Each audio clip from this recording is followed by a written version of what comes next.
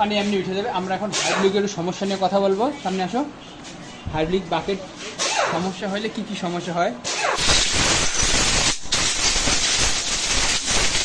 Hydraulic bucket যদি ফুলে যায় তো প্রথম গাড়িটা জাম হবে, ব্রেক করলে ব্রেকটা ছাড়বে না, সাথে সাথে ব্রেক ব্যাক যাবে না, এই লিভারটাই হার্ড হয়ে যাবে। যেটা বাকেট খুলে গেছিলো, আমরা বাকেট চেঞ্জ করব। আর বাকেট এইভাবে চালাইলে আপনার পিছনে ব্যাক লাইটটা জ্বলে থাকবে। এই তার পরবর্তীতে ক্যালিভারটা গরম হয়ে যাবে। এই ক্যালিভার যদি নষ্ট হয়, এটার বাকেট পাওয়া যায়, কিন্তু এটা বাকেট লাগাইলে সম্পূর্ণ সমাধান পাওয়া যায় না।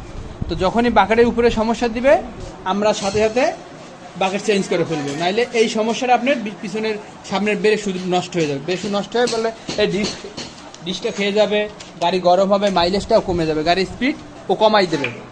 তো বাকেট শর্টকাট, বাকেট লাগাইতে অনেক ঝামেলা নাই, অনেকে ঝামেলা মনে করেন, এটা আসলে বাকেট লাগাইতে কোনো ঝামেলা নেই। অনেকে ঝামেলা মনে করেও লাগায় না, কিন্তু লাগালেই ভালো সমাধান পাওয়া যায়। এই যে আমরা বাকেটটা দেখাইতেছি, এই যে বাকেট আমরা এই যে বসাইলাম,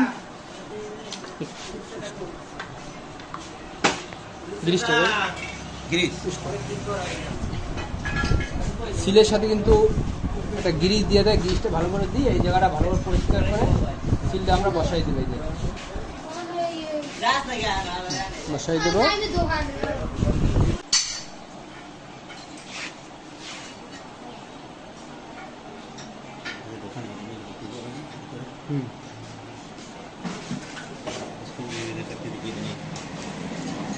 দর্শনটা দেন।